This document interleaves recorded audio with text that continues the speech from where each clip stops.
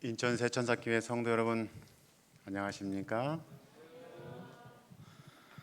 여러분들을 이 안식일 이렇게 만나 뵙고 주의 은혜 가운데서 함께 교제하고 또 말씀으로 함께 은혜 나눌 수 있는 시간을 갖게 돼서 대단히 큰 영광이고 또 큰 기쁨으로 생각합니다.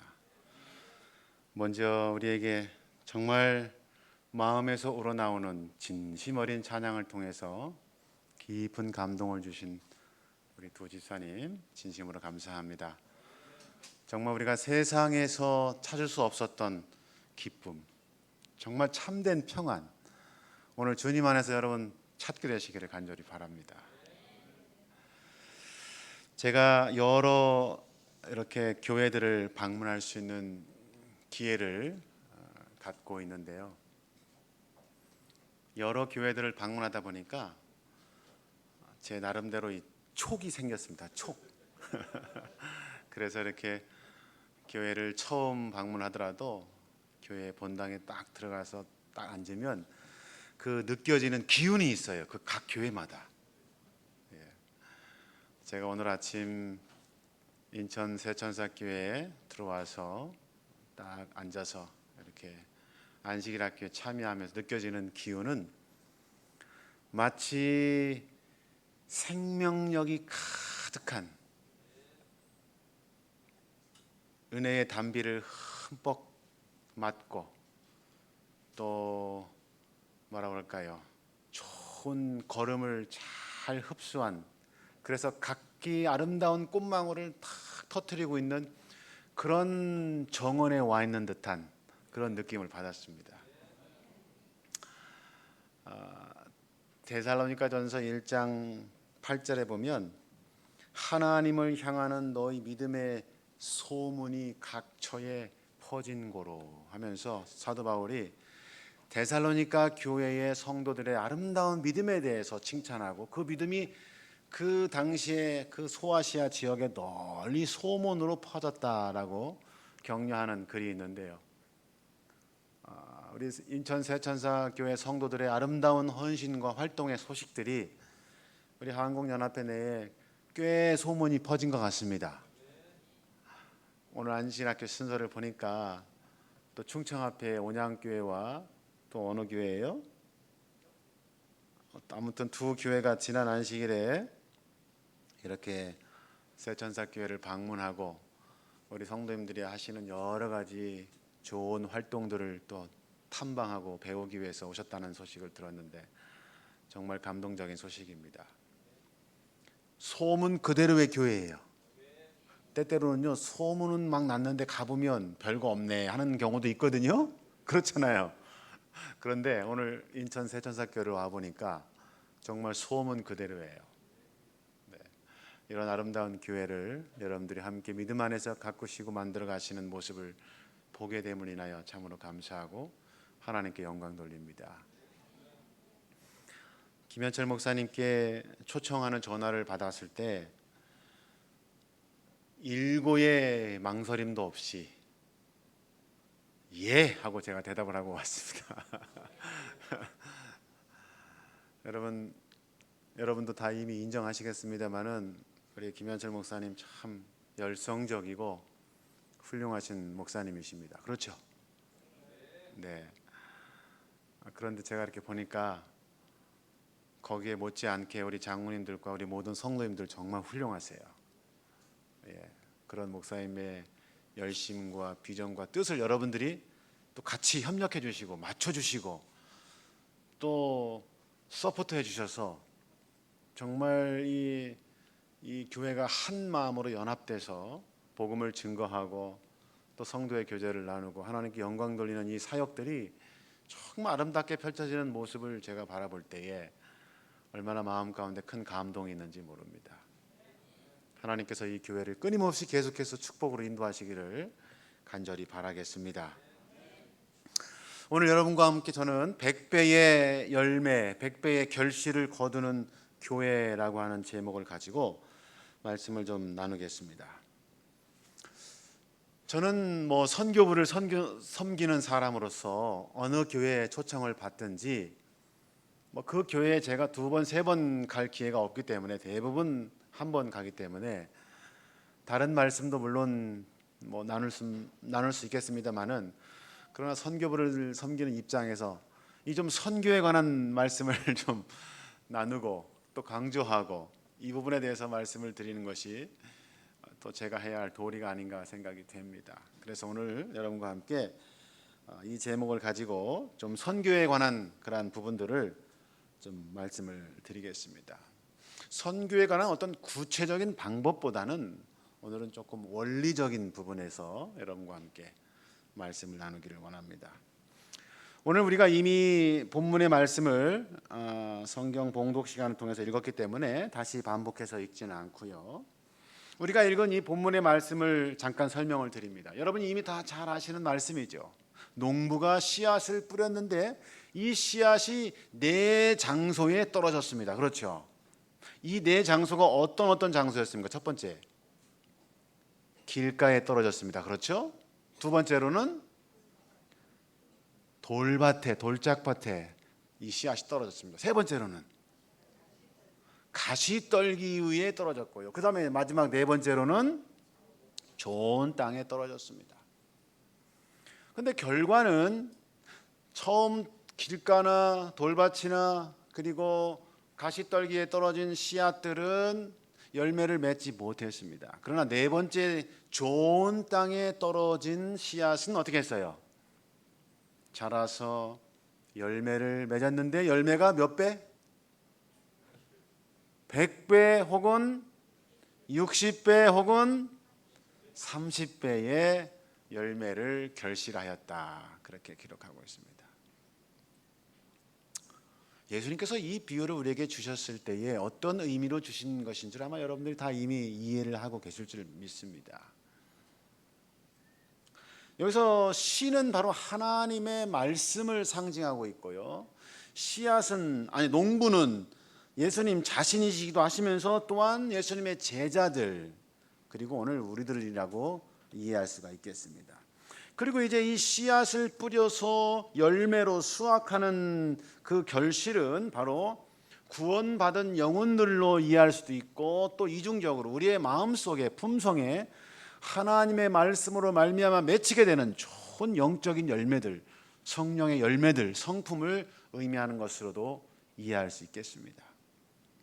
중요한 것은 얼마나 열매를 거둘 수 있느냐 하는 것입니다. 농부가 봄부터 가을까지 그렇게 땀 흘려 일하는 것은 무엇을 기대하기 때문에 일합니까? 수확을 기대하기 때문에, 곡식을 거둘 그날을 기대하기 때문에 그렇습니다. 우리가 이렇게 아름다운 봉사활동과 소그룹 활동과 여러 가지 활동들을 끊임없이 하는 이유도 사실은 열매를 거두기 위한 것입니다. 열매를 기대하는 것입니다. 교회는 예수님께서 이 땅에 3년 반 동안의 공생애를 마치시고 이제 하늘로 올라가시면서 이 땅에 교회를 조직시키시고 탄생시키셨는데, 이 땅에 그런 하나의 법인체로서의 교회를 조직하도록 하신 이유는 영혼을 구원하기 위한 목적에서 교회를 탄생시켰다고 하는 것입니다. 그래서 교회는 영혼을 구원하는 사역의 교회가 이루어야 될 가장 중요한 사명입니다. 만약 교회가 영혼을 구원하는 사역을 하지 않은 채, 그 일을 멈춘 채 다른 어떠한 일을 아무리 잘한다 할지라도 그것은 교회의 본래의 가치를 실현하지 못하는 것입니다. 교회의 가장 근본적인 목적은 영혼을 구원하는 일인 것입니다. 그렇다면 우리는 왜 영혼 구원을 해야 하는가? 사실 여러분, 영혼을 구원하는 일들이 점점 어려워지고 있는 시대에 우리가 살고 있습니다. 그렇죠. 요즘 참 우리가 전도하는 일이 쉽지 않죠. 특별히 이 코로나 이후에 한국 사회에서 이 국민들 사이에서 이 반기독교 정서가 굉장히 높아졌어요. 실질적으로 코로나가 막 시작되었던 2020년 1월 달에 기독교에 대한 국민들의 인식도를 조사하고 그다음에 정확히 1년 뒤에 2021년 작년 1월에 또 똑같은 기독교에 대한 국민들의 인식도를 조사해 보니까 약 17% 정도가 밑으로 떨어졌습니다. 어디 가서 참 나는 예수 믿는 사람입니다 라고 밝히는 것조차도 참 쉽지 않은 시대에 우리가 살고 있어요. 인터넷의 여러 기사들 가운데 교회에 대한 기사나 혹은 목회자에 대한 기사나 이런 기사들이 나오면 그 밑에 댓글들이 얼마나 험악한 댓글들이 달리는지요. 그런 것들을 이렇게 보느라면 참 때로는 용기가 많이 꺾이기도 합니다. 그러나 그럼에도 불구하고 우리가 이 영혼 구원 사업을 지속적으로 해야 할 이유는 예수님께서 우리에게 간절히 그 일을 하도록 부탁하셨기 때문입니다. 마태복음 28장 19절로 20절에 우리가 잘 아는 이 흔히 얘기하는 대사명, 그렇죠? 우리에게 주신 주님께서 우리에게 주신 사명이에요. 그것은 바로 영혼을 구원하는 사명인 것입니다. 여기 바닷가에 태풍이 몰아친 다음에 이제 바닷가에 한 노인이 조용히 그 태풍 때문에 파도에 밀려와서 모래벌 위에 내쳐진 이 불가사의를 하나씩 주워서 바닷물 속으로 이렇게 던져주는 일을 하고 있었습니다. 그때 그 노인 옆을 지나가면서 한 젊은이가 이렇게 약간은 좀 냉소적인 표정으로 그 어르신께 묻습니다. 어르신, 이 수천 마리의 불가사의가 말라 죽어가고 있는데 고작 그거 몇 마리 넣어서 집어서 바다에 던져주는 것이 얼마나 의미가 있겠습니까? 그때 그 노인이 아무런 대꾸도 하지 않은 채 조용히 그 한 마리의 불가사의를 다시 또 접어서 바다에 던져 넣으시면서 하시는 말씀이, 적어도 이 한 마리에게는 엄청난 차이가 있지. 엄청난 차이가 있지. 여러분, 무슨 차이입니까? 모래 위에 말라가고 있는 이 불가사의와 이 노인에 의해서 다시 물속으로 던져진 불가사의의 차이는 어떤 차이가 있습니까? 사느냐 죽느냐, 생과 사의 엄청난 차이가 있는 것이죠. 그렇습니다. 우리가 영혼을 구원하기 위해 애쓰고 노력할 때 어쩌면 우리가 이 인천시에 사는 모든 사람을 이 인천 세천사교회가 다 구원할 수는 없을지도 모릅니다. 아니, 인천시는 고작하고 이 서구에 있는 사람들조차도 우리가 다 구원하지 못할 것입니다.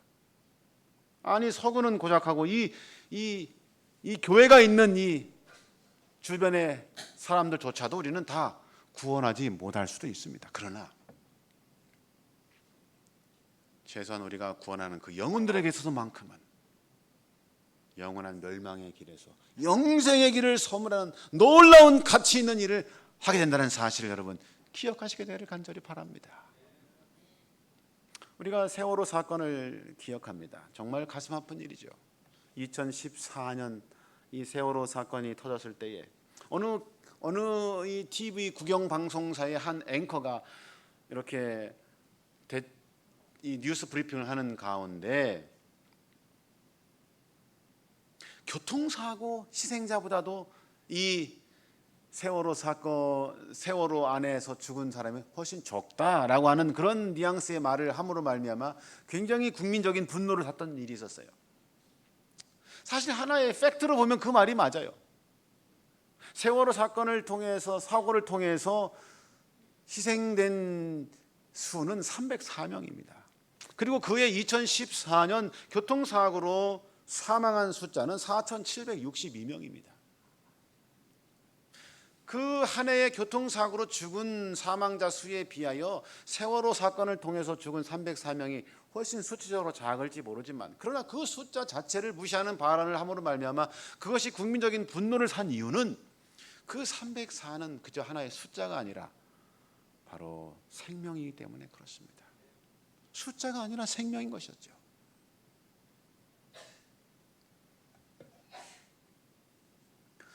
그래서 여러분, 이 전도는, 영혼을 구원하는 사역은 교인 수를 늘리거나 숫자를 올리는 것이 아닙니다. 그것은 건물을 높이 올리거나 교단을 키우는 일들은 더더욱 아닙니다. 전도는 생명을 구하는 것입니다. 여러분, 그렇기 때문에 우리가 이 일에, 이 영혼을 구하는 일에 우리의 이 관심과 이 에너지를 집중한다고 할 때에 다른 어떤 동기가 아니라 오직 한 가지, 영멸의 길에 서 있는 사람들을 구원하여 영생의 길로 그 생명을 인도한다는 그 사명과 그 기쁨이 오직 영혼 구원의 동기가 되시기를 간절히 바랍니다. 그래서 사실은 이 전도는 그 효율성을 따지기보다는 형편의 좋고 나쁨에 관계없이 반드시 해야 할 일인 것입니다.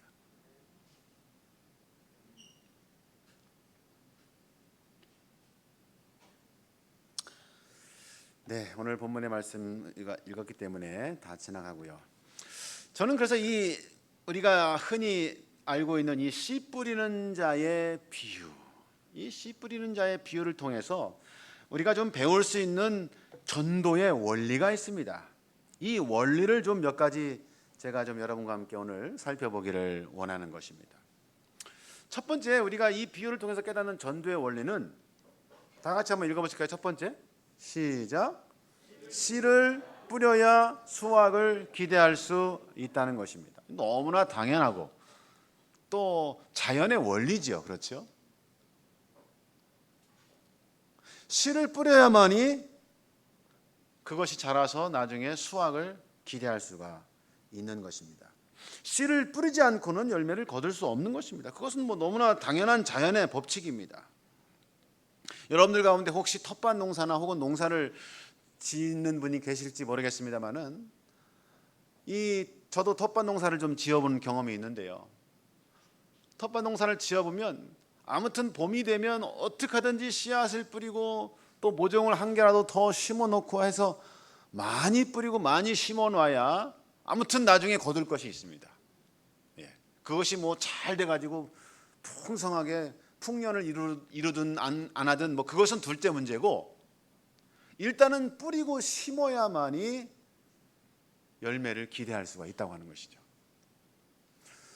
영혼을 구원하는 사역에 있어서 여러분 마찬가지입니다. 우리가 부지런히 말씀의 씨앗을 뿌리는 일들이 있어야 합니다.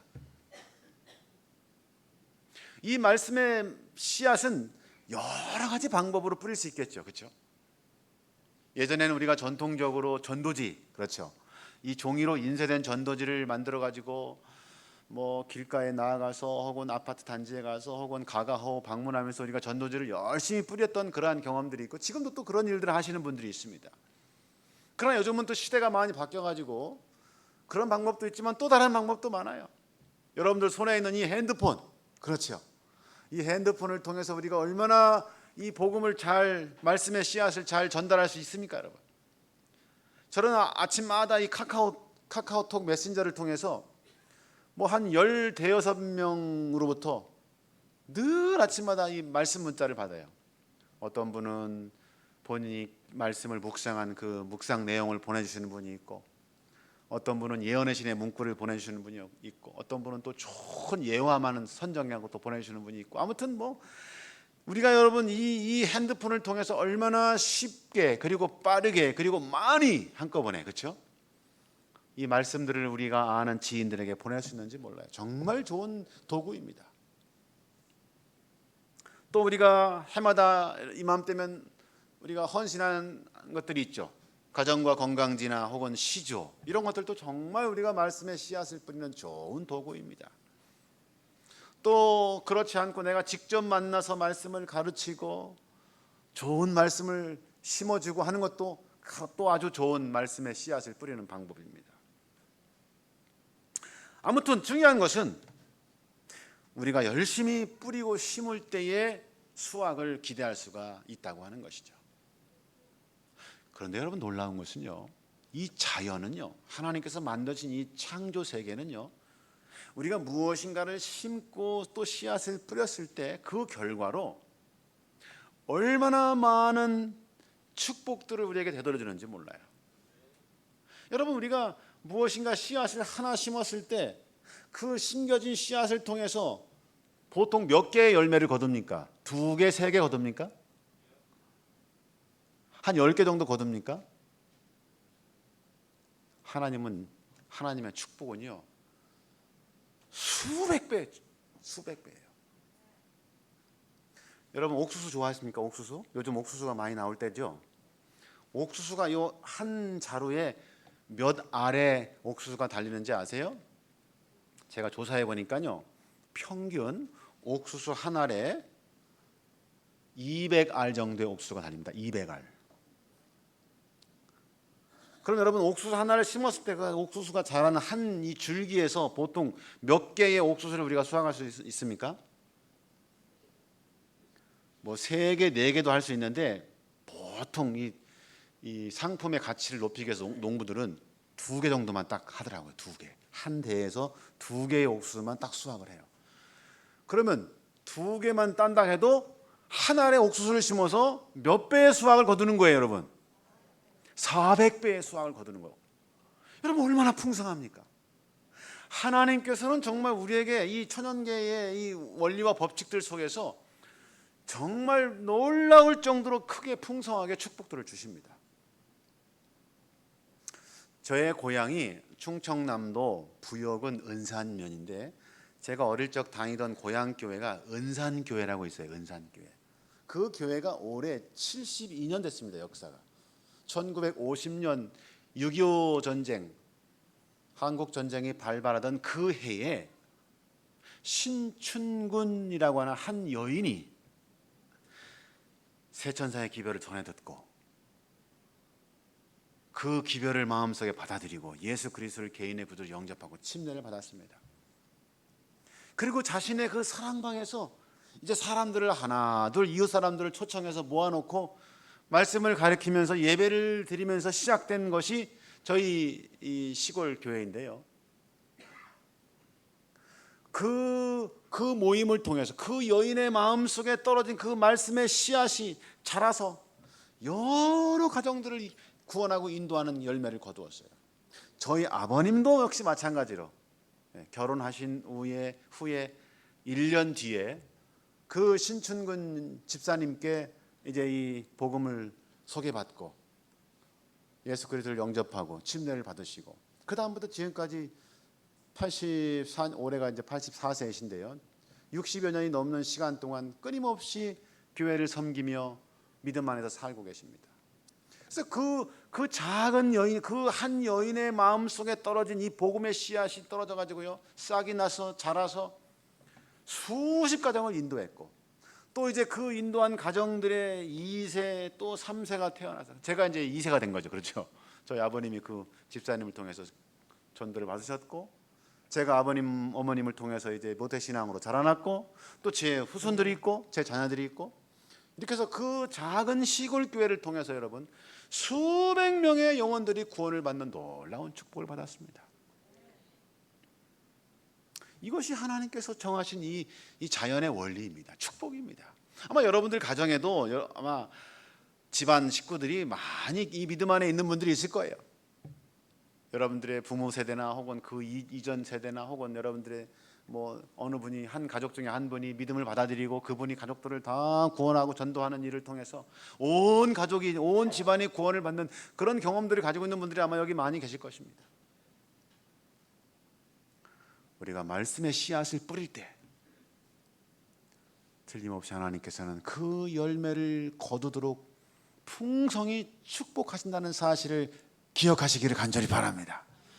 오늘 사랑하는 우리 인천 세천석회 성도들이시여, 여러분들이 기회를 얻든 못 얻든 아무튼 열심히 말씀의 씨앗을 뿌리는 그러한 농부가 되시기를 간절히 소원합니다. 여기 말씀이 있습니다. 하나님의 말씀은 씨앗이다. 씨앗마다 그 자체 속에 맹활력이 있다. 그 씨앗 속에는 그 식물의 생명력이 들어있다. 이와 같이 하나님의 말씀 속에도 생명력이 있다 그랬습니다.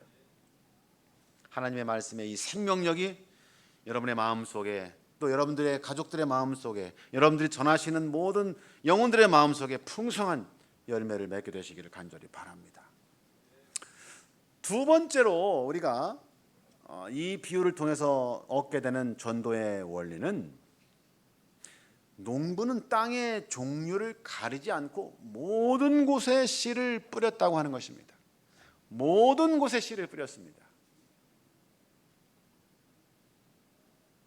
노련한 농부라면 밭에 씨앗을 뿌리거나 돌밭에 뿌리거나 가시떨기 위에 뿌리면 열매를 거둘 수 없다는 사실을 분명히 알았을 것입니다. 그렇죠. 그럼에도 불구하고 아무튼 농부는 씨앗을 마치 낭비하는 것처럼 보일 만큼 씨앗을 다 넉넉히 뿌렸습니다. 우리가 영혼을 구원하기 위해서 나아갈 때에 때때로 우리는 사람을 골라가면서 전도할 때가 있어요. 그래요, 안 그래요? 우리 눈으로 볼 때는 저런 사람이 예수님을 믿을까? 저런 사람이 뭐 교회 나올까? 이렇게 하는 경우가 있습니다. 우리 인간적인 눈으로 볼 때는 그렇게 정말 불가능할 것처럼 보이는 분들이 있을 수 있어요. 그러나 그럼에도 불구하고 사실은 우리가 사람을 가르지 말고 그분에게도 복음의 씨앗을 뿌려야 됩니다. 우리가 이미 아는 것처럼 여기서 이 밭은 사람들의 마음 밭을 상징하고 있습니다. 그렇죠? 사람의 마음 속의 어떠함을 사실은 우리는 잘 모릅니다. 그렇지 않습니까?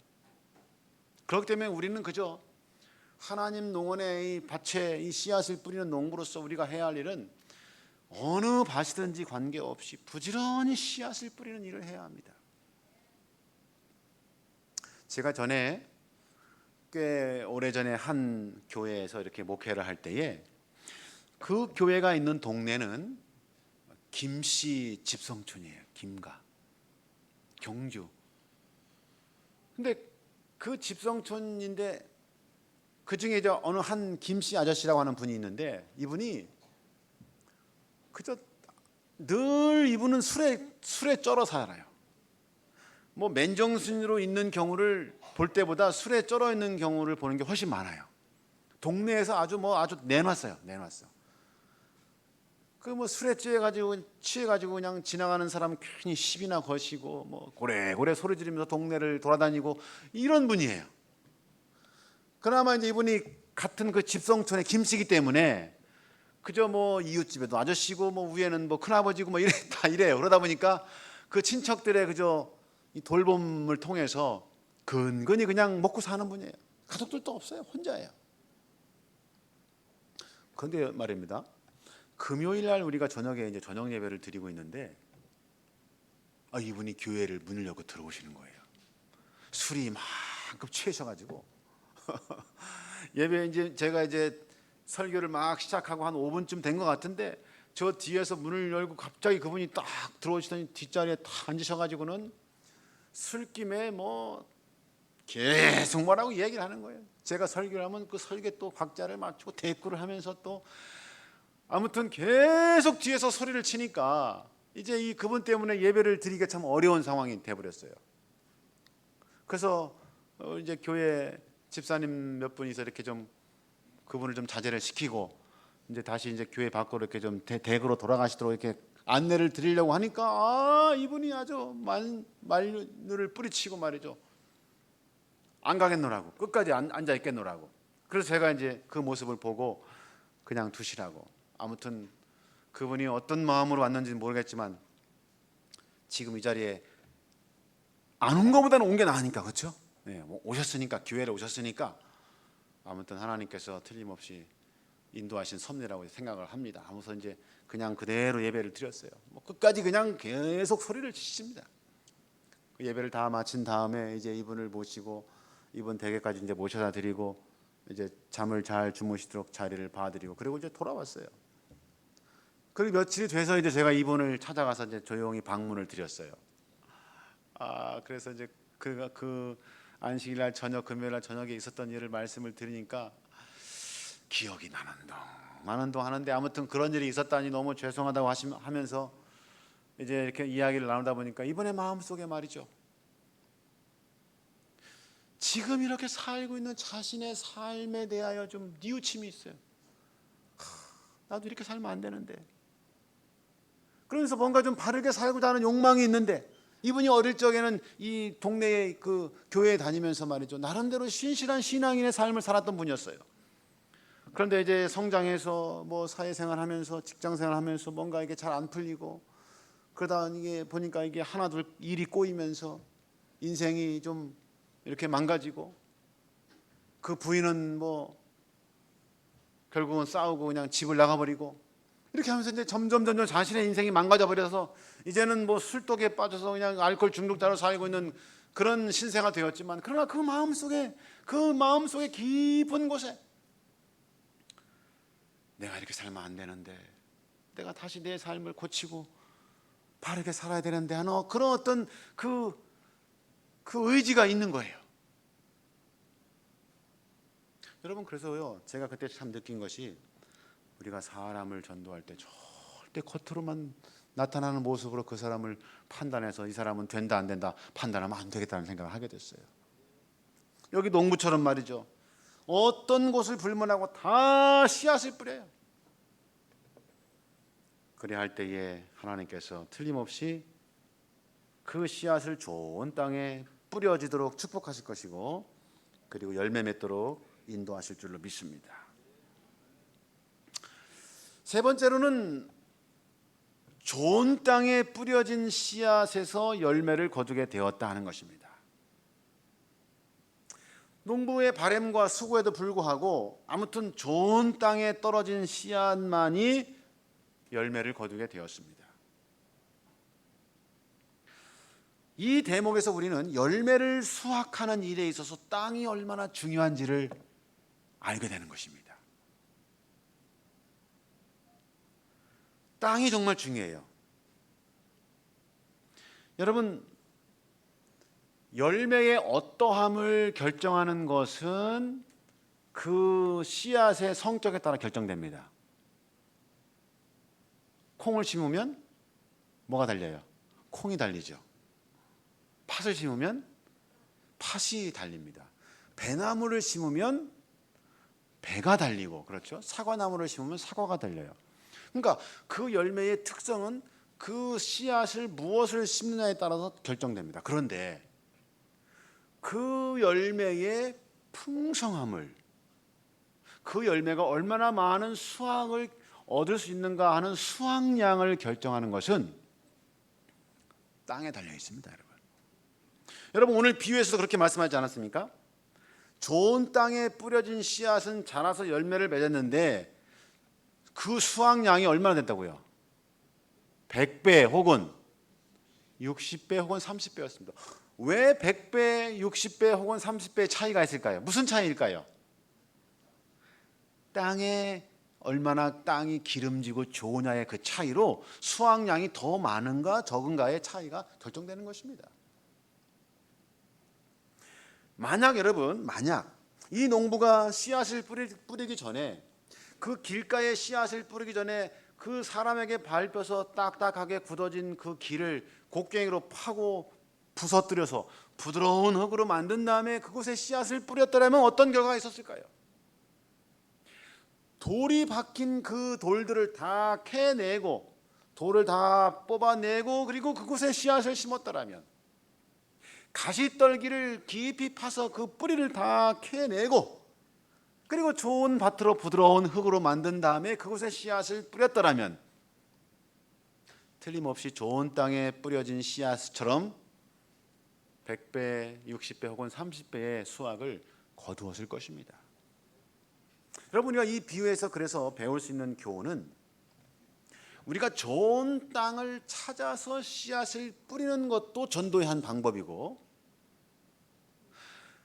굳어진 땅을 잘 경작하고 갈아엎어서 씨앗을 뿌리는 것도 농사의 방법이에요. 영혼 구원의 방법이란 거예요. 이게 무슨 얘기냐면요, 이 교회 주변의 많은 사람들 가운데 이미 복음에 대하여 준비된 영혼들이 있습니다. 그런 분들은 찾아서 만났을 때 그분들에게 복음을 전하면, 말씀의 씨앗을 뿌리면 그분들은 금방 받아들이고 열매를 맺는 결과를 가져오는 경우를 우리가 종종 경험해요. 그렇죠? 그런데 어떤 분들은 교회 바로 집 옆, 교회 바로 담 옆에 사시는데도 교회 안 나오는 분들이 있어요. 그럼 어떤 분들이 있어요? 막 교회에 대해서 안 좋은 감정을 가지고 말이죠. 선입견을 가지고 있고 나쁜 그런 감정을 가지고 있는 분들이 있어요. 그런 마음에는 우리가 아무리 말씀의 씨앗을 뿌려도 그 씨앗이 자라서 열매를 맺습니까? 안 맺습니까? 맺을 수가 없죠.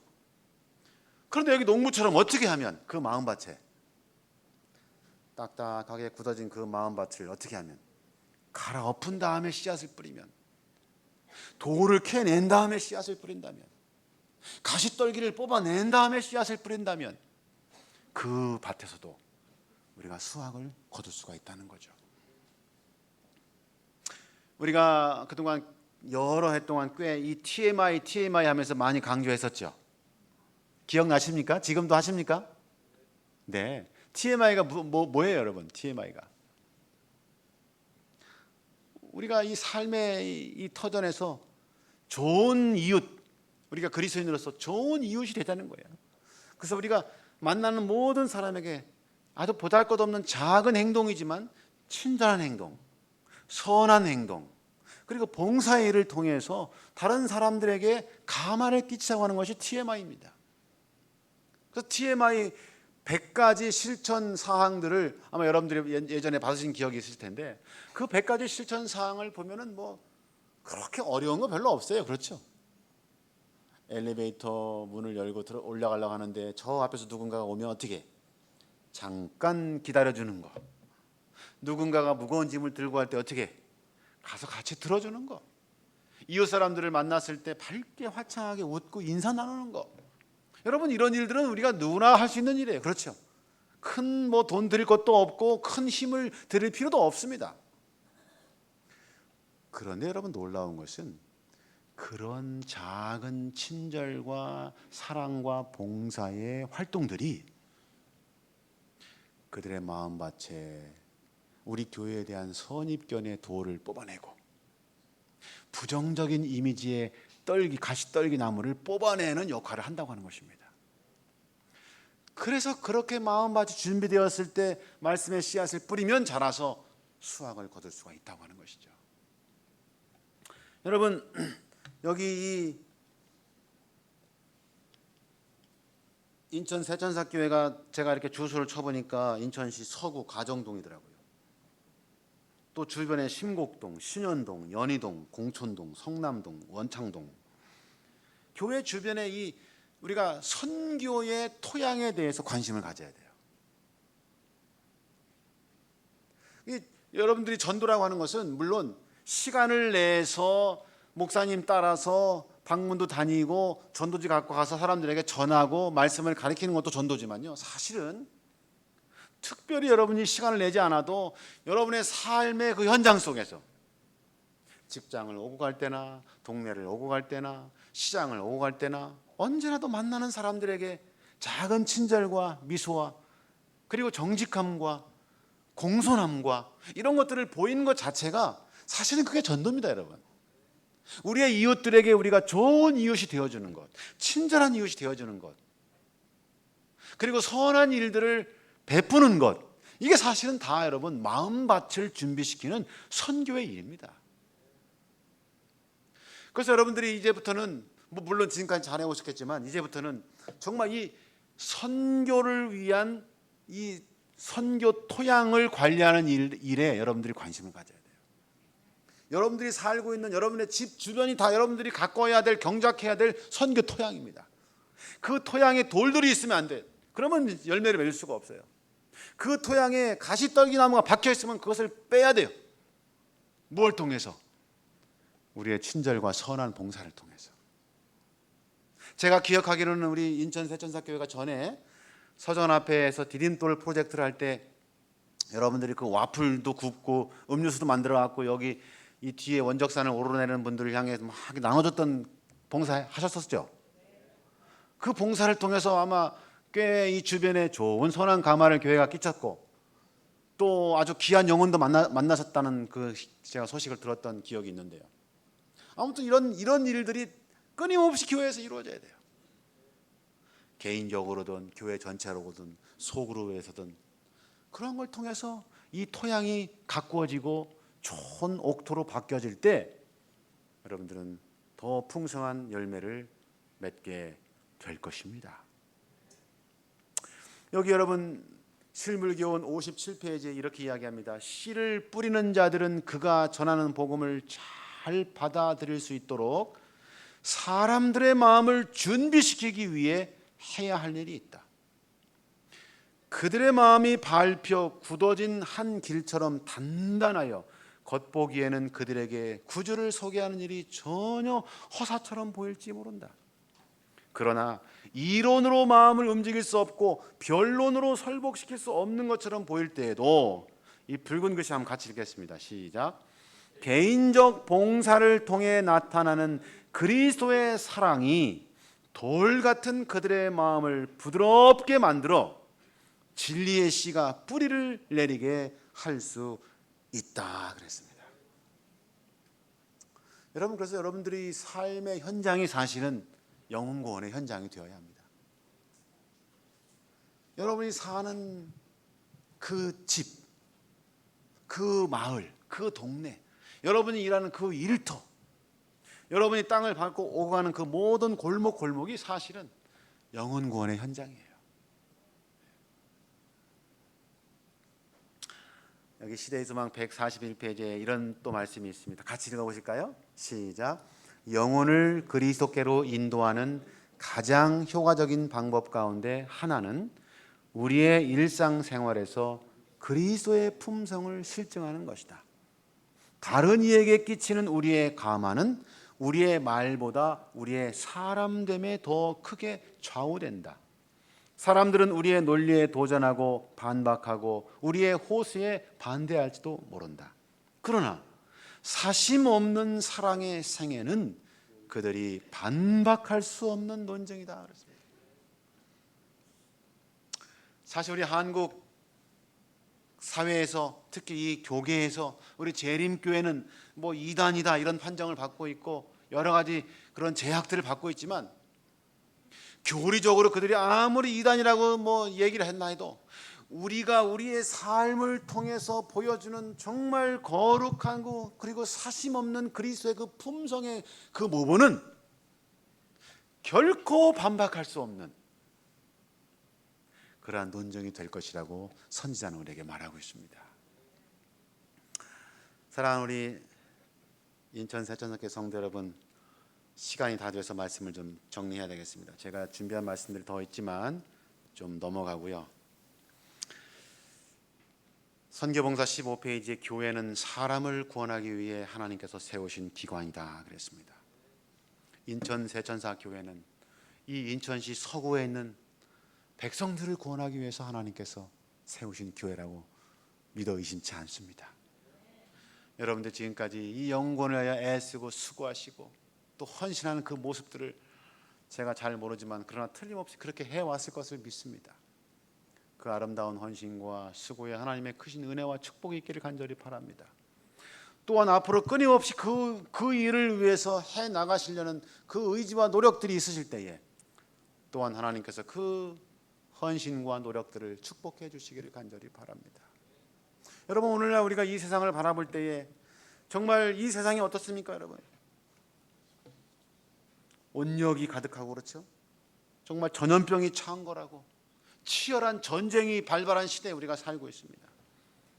세상을 정말 보십시오. 오늘날 우리가 이 살고 있는 이 세상이 정말 마음 붙이고 살 만한 세상입니까? 늘 불안하고 불안정한 그런 시대에 우리가 살고 있습니다. 세상을 바라보면 어디 마음 들 만한 희망이 없습니다. 희망은 오직 예수 그리스도 그분뿐이십니다. 여러분, 이제 곧 이 세상의 죄악과 슬픔의 역사는 그분 예수 그리스도의 재림을 통하여 마치게 될 날이 곧 올 것입니다. 그 날이 오기 전에 우리에게 주어진 시간이 과연 얼마나 될까요? 그 주어진 시간 동안 정말 한 명의 영혼이라도 우리가 더 구원하기 위하여 애쓰고 노력한다면 우리는 오히려 더 주님을 맞이할 준비를 잘 갖추는 성도가 될 줄로 믿습니다. 우리 최선을 다하여 영혼을 구원하는 이 사역에 동참합시다. 최선을 다하여 하나님 나라의 농원에서 농부로서 일할 때에 우리가 흘린 그 땀을 통하여 30배, 60배, 100배의 열매를 거두도록 하나님께서 축복해 주실 것입니다. 우리 인천 새천사교회가 그리하여 100배의 결실을 거두는 아름다운 교회로 하나님 앞에 영광 돌리고 여러분의 삶에 큰 축복을 경험하는 그런 교회가 되시기를 간절히 바라면서 오늘 말씀을 마치겠습니다. 이사무씩 짝 지어서 말씀 놓으시고요. 김인재 지사님 말씀이 있게 발표해 주겠습니다.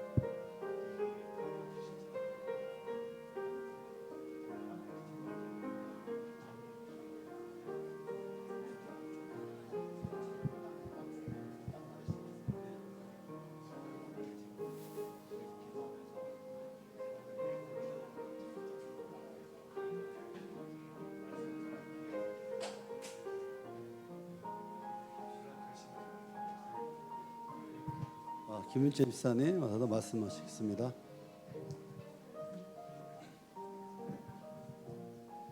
네, 저는 오늘 목사님 말씀을 통해서 전도의 원리를 조금이나마 깨달은 것 같습니다. 첫 번째 목사님께서 말씀 주셨던 씨를 뿌려야 수확을 기대할 수 있다. 이 내용에서 제 자신이 어떤 기회가 됐을 때에 이렇게 말씀을 전해야지 하는 그런 생각들을 갖고 있었다는 그런 생각들을 특히 깨달음을 얻었던 것 같아요. 마지막에 목사님 말씀 주셨던 우리의 모든 생활 속에서 생활이 선교다는 이런 말씀을 좀 들으면서 내가 어떤 기회가 됐을 때만 이게 선교를 해야 되겠다는 그런 좀 착각을 하고 있었지 않나. 저의 모든 삶의 모습들이 선교가 될 수 있도록 이렇게 노력해야겠다는 생각을 했었고요.